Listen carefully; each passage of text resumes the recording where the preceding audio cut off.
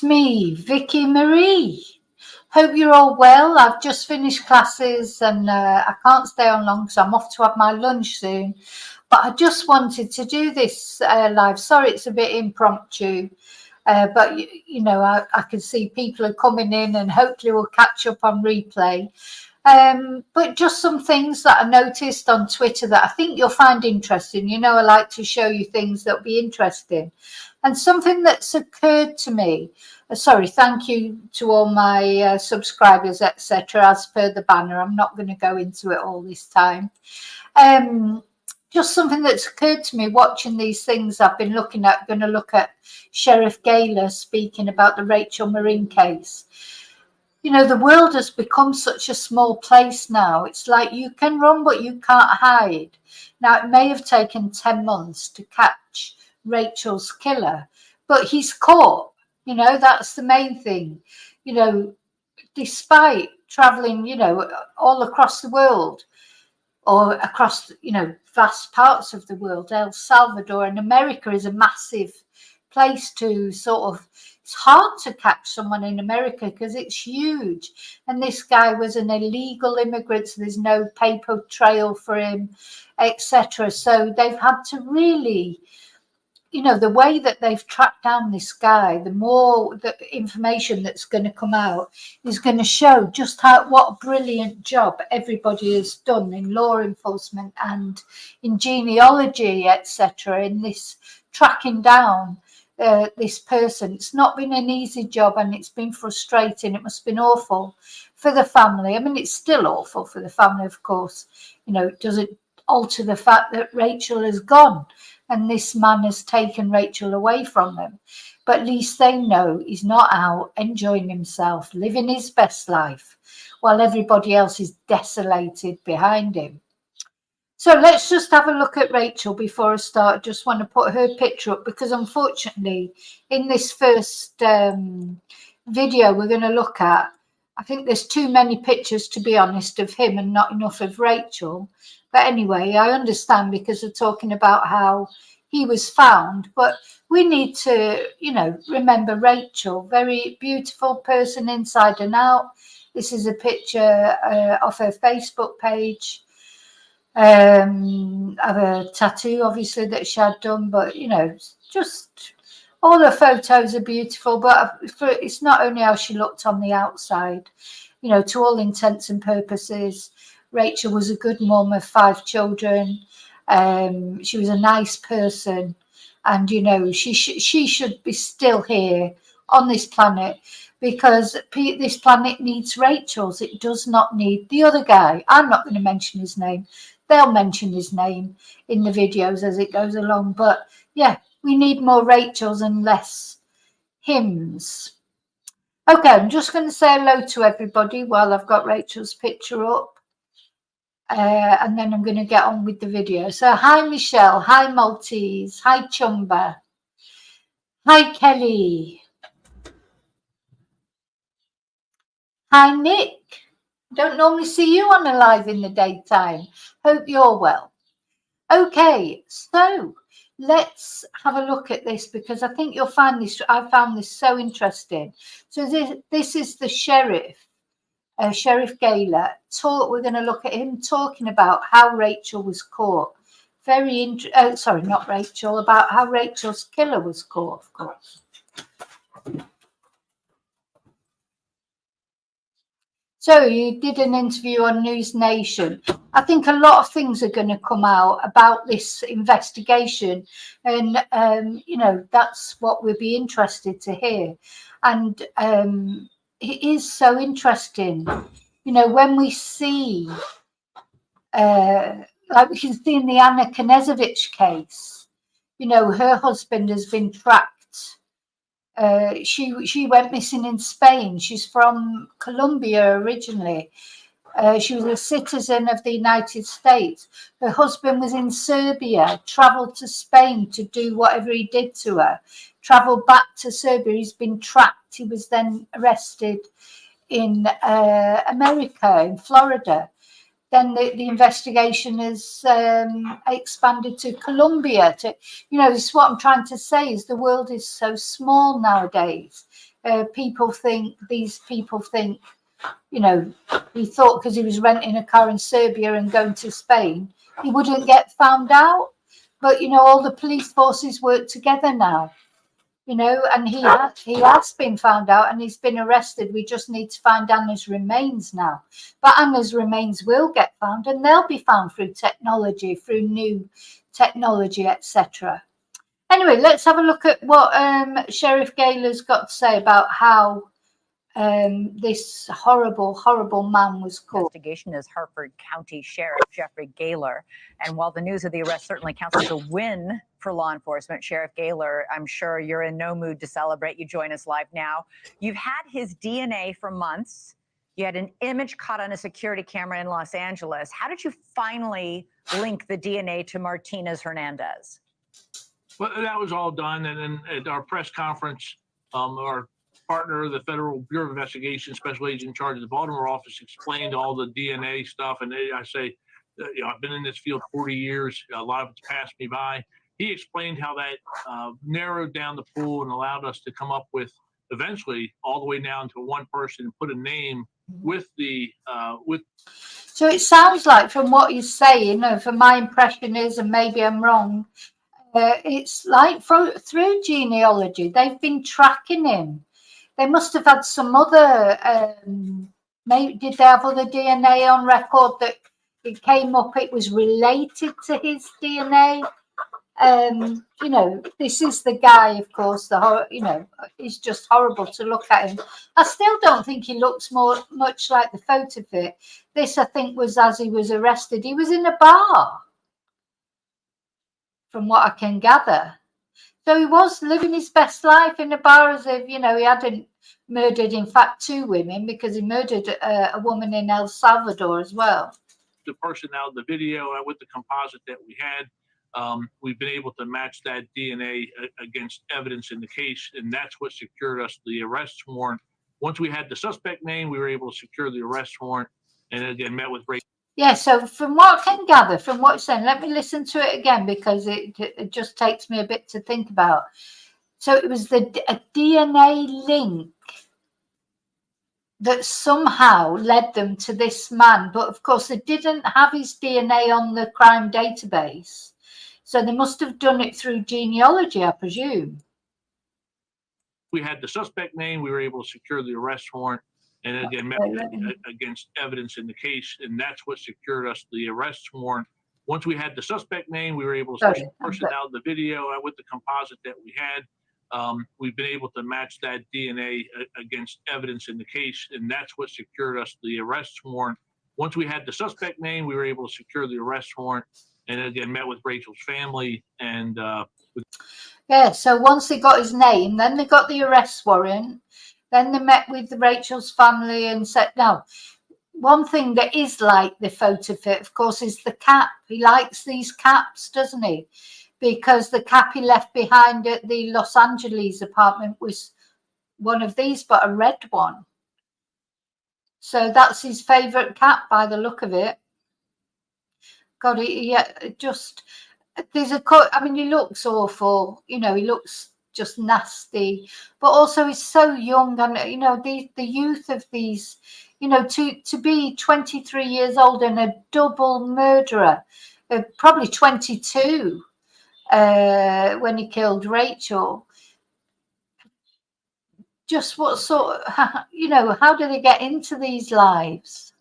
Within 5 hours of having the arrest warrant, using technology, we were able to track him through the internet devices and stuff that we believed he was in possession of, right out of billions of people on this planet, right to a bar stool in Tulsa, Oklahoma.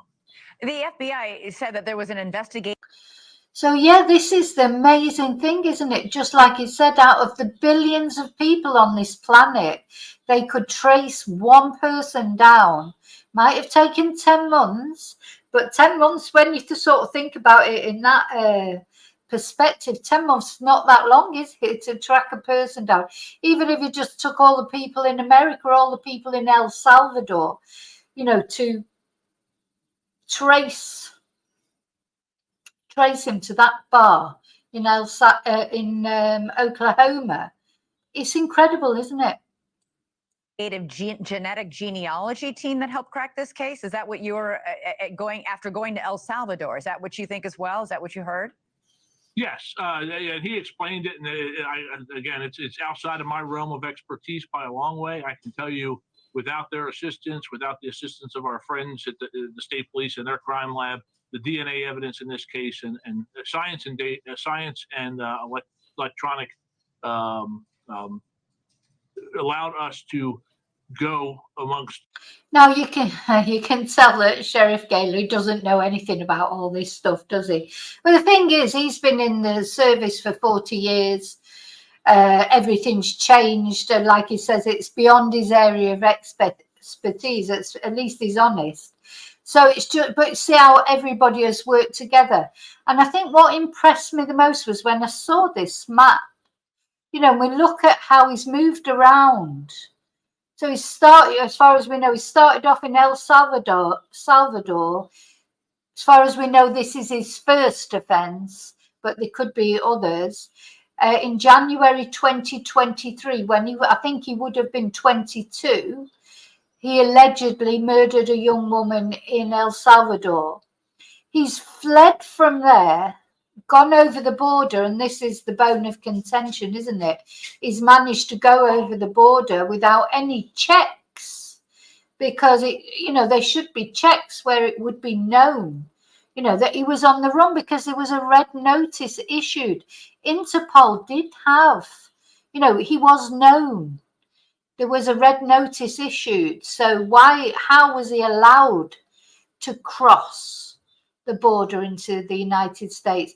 And, I'm not surprised American people are angry about that, because he shouldn't have been able to pass that border without being apprehended. Because he wasn't just arrested, because he had a spliff or a drugs charge, or he'd shoplifted, he'd murdered somebody. How was he allowed? How are immigrants allowed to just cross the border unchecked? And I'm not against immigration, but that is obviously patently, clearly wrong, that people should be allowed to pass any border. Going back the other way as well, because there's probably people in America that flee, maybe Americans who flee over to South America. Shouldn't be like that. People should be controlled. Borders there has to be borders of control if people haven't got their right papers. Anyway, so they think that in February 2023 he entered the US.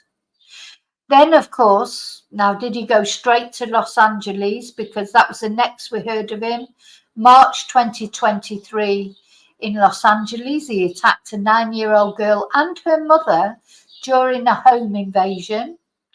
We saw that, the video of him leaving the property. That's where they got the DNA from.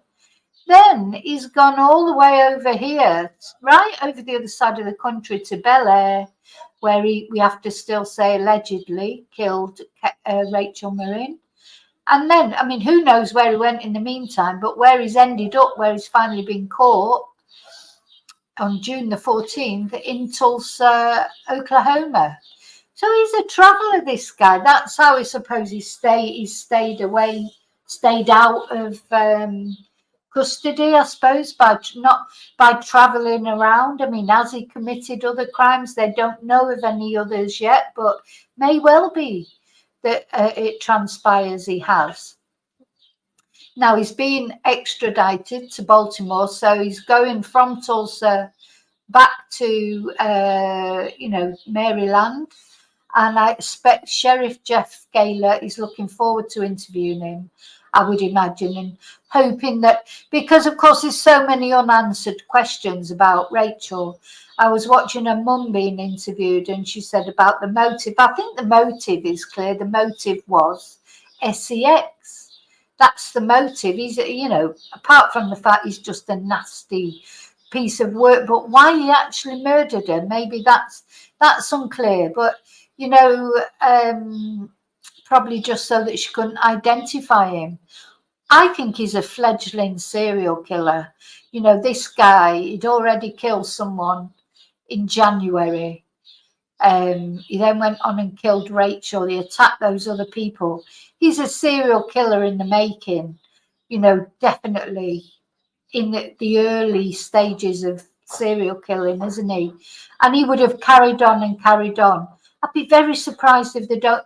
Has he really been able to go 10 months without doing anything wrong? He couldn't go longer. He's done this in January, murdering the young woman. Within 2 months, he was in Los Angeles doing that. And then within another couple of months, he was in Bel Air doing murdering Rachel. Could he really have gone a whole 8 months without doing anything? All the suspects or all the people in the world and pull out this one suspect and positively link him as the murderer of Rachel Morin. It's incredible, actually. When did you learn that he had fled El Salvador after allegedly murdering a young woman there? Well, once we had his name, investigators who've worked this case so diligently over the past 10 months, once we had his name, the investigators were able to start doing a lot more detailed research on where he was, where he had been. And that's where we learned of the red notice and the accusations that he killed a woman in similar style, similar MO to what happened in Rachel's case before fleeing and crossing our border. So it seems like they know some more details will come out of that murder, I suppose. But it said similar style, similar MO. And again, he attacked the 9-year-old in Los Angeles, and I'm very thankful that the police officers in that situation who responded there collected the evidence to give us that initial DNA hit from the DNA we recovered here. He traveled from LA, he fled LA, and he ends up unfortunately in Harford County, Maryland, where he encounters Rachel. How that took place is, we're not 100% sure. Hopefully, maybe he'll talk. We'll see over a given time. But he, as you reported, he has waived extradition, so he'll be back here to answer for these charges sooner rather than later. I'm curious, I think that if he doesn't talk, they should threaten him with sending him back to El Salvador, because of course he's going to get more of a cushy number in Maryland because they don't have the death penalty. He's going to get life without parole. But if he gets sent back to, maybe that's a way they could try and get some information out of him, because Rachel's family will want answers, won't they? Now they've got the murderer's been arrested, but it's just human nature to want to know exactly what happened that day, how he got her to come off the trail. They'll want as many details as possible, which it sounds sort of ghoulish, but it's not being ghoulish. They want to know what happened to their loved one, as we all would. So maybe that's one way they can try and talk him into, threaten him with sending him back to El Salvador. He allegedly murdered a woman in January in El Salvador, came to the United States in February. In March, he attacks this 9-year-old and her mother in Los Angeles. In August, he allegedly murders Rachel. And then we have 10 months where he doesn't do anything that you've been able to at least link to him. Do you really think he went off the grid and did nothing illegal for all those months, or do you think there could be other victims out there? Oh, certainly. I think there could be other victims. That's been a concern that I've spoke about since Rachel's homicide and in updates that we've provided to the community. That has been my fear, the fear of our men and women here, the investigators, that, he... So they'd had another woman that was killed by another immigrant from El Salvador. So, they're angry about that, because their community is normally a safe community. So that's 2 vicious murders now that have come under Sheriff Gaylor's sort of watch, if you like, of illegal immigrants from El Salvador. So no wonder, they're angry about that. I was just looking at what you just said then, David. I don't think it was the El Salvador authorities that gave them his name. I think it was traced through genealogy, but I don't understand. Anyway, we don't know yet, but we'll get to know. Even without knowing about the El Salvador case, that somebody capable of such a brutal act would do it again. And knock on wood, so far we have no link, no information to indicate that he has. And I fear that case is yet to be discovered, but only time will tell. And Sheriff, just finally, I got to ask you, the frustration as a law enforcement chief yourself, that somebody... The thing is, Jeff Garlow, he has 2 daughters himself, as far as I know, so it will ring true with him. Like this was able to cross our southern border illegally and get into this country and commit at least 3 crimes that we know of, if you count, you know, the 9-year-old and her mother is 2, and Rachel is the 3rd. Absolutely. We live in a small county north of Baltimore, 260,000 people. This is in 2022. There was a murder by an MS-13 member, also from El Salvador, also in this country illegally, who murdered one of the Harford County, a woman here in Harford County. This is the 2nd one in 2 years, happened to be both from El Salvador, both with gang ties, who have taken a life. We need to. So gang ties as well, both from El Salvador, both with gang ties. That's the 2nd one in 2 years, with those similar circumstances that have, you know, gone on his territory, if you like, in a place that's normally safe and caused havoc. So he's right. It's got to. How do you stop it? I don't know what the answer is, but you do feel like something needs to be done. The problem with the illegal immigrants is they're always going to do it illegally. So how do you monitor them? You know, you can monitor the legal immigrants, the people that go around, you know, apply for residency in the official way, but how can you deal with illegal immigrants? Because just the fact they're called illegal means they sneak in over the border. They don't go through proper channels. So how can you address? And those stories are happening all across this country. We're not unique. You know, these stories are happening, whether you hear about them from your police chief or sheriff or mayor or governor. These cases are happening every single day. And we have a duty, and Congress has a duty, and as does the president, to protect our citizens and do a better job, come up with some immigration policy that works. So, okay, let me just go back to that. Okay, so I just wanted to show you that there's lots of other things to talk about in Rachel's case, of course, because it's all coming out now. So this is Othram Incorporated. I'm not sure, because it says here, honoured that Othram could assist Harford County Sheriff's Office and FBI to help identify the suspected rapist and murderer of Rachel Morin. We should be deploying this technology for active cases. Serial predators continue to harm others in court. So this is some sort of, I'm not really sure what it is, but they obviously have helped in this case. This is forensic genealogy. So I need to look more into it. So join our mission to revolutionise how forensic cases are solved, justice is served and families amended. And they did help in this. So that's interesting. So I think this DNA it's already caught quite a lot of cold case killers, hasn't it? And serial killers, the Golden Bridge killer, etc. You know, there'll be a lot of killers out there that maybe got away with things a while ago. Maybe they didn't get caught, maybe they're old now, but they'll all be a bit nervous now because all this is coming to fruition. Cold cases are being re-looked at with the benefits of new technology, etc., aren't they? So there was another thing I wanted to show you, but we can look at that another time because I've got to go now. But yeah, so I wonder how Rachel's family are feeling. I mean, at the end of the day, I hope they're sleeping better at least. But I wonder how it's because there was probably a euphoria when he was first caught. And now, of course, it'll settle back into that thing of, oh, but Rachel is still no longer with us. And then the next thing will be the trial and other things that are coming out. So I hope they're okay. And I hope, at least they're getting some proper sleep now. That's the most important thing because, I don't think I could have slept one night. Would you? You wouldn't sleep one good night knowing he was out and about. Hi, Sky. So it's a genetic genealogy. Well, apparently they've helped out in this case because they've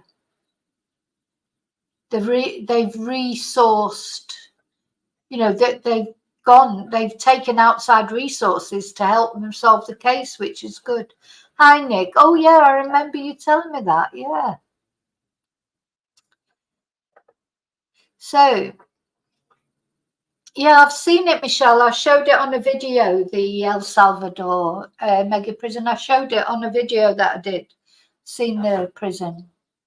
Okay, so, you know, it's good, isn't it? Good news about all this. So the police forces maybe need to, law enforcement maybe should use these outside, you know, agencies better, you know, or more. Anyway, it's worked in this case. Most important thing is in this case, it's helped bring this killer, put him behind bars exactly where he deserves to be. So, okay, I'm off for lunch. Right, be back tonight with the members, with the Carry On Chatting members live. We're going to compare some cases.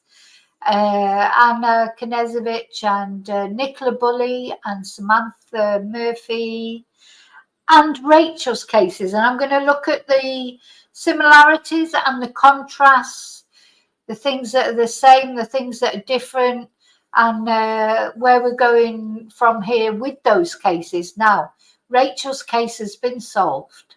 It's brilliant. It's been solved. The murderer has been caught. Of course, Anna and Samantha, it's been solved in one way because the murderer has been caught, but of course their remains haven't been found. And then Nicola Bully is a whole different ball game, isn't it? But it just shows you how controversial it still is, because now the BBC are doing another documentary on it. You know, they're always telling everyone's always telling social media to shut up about it, but it's the mainstream media that keep bringing it up again. So we're going to look at that as well. Okay, no problem. So I will see you really soon in the next video. And until then, as always, may your God go with you. But you know what? I expect Rachel is resting a bit easier tonight. And do you remember I was saying to you that apparently this new information came out on her birthday that led to the apprehension of this. Let me put her picture up because it's much nicer to look at than me. So, yeah, apparently the new information came out on her birthday, so that's significant as well. Okay, so I'll see you really soon in the next video. And until then, may your God go with you. And thank you so much for being here.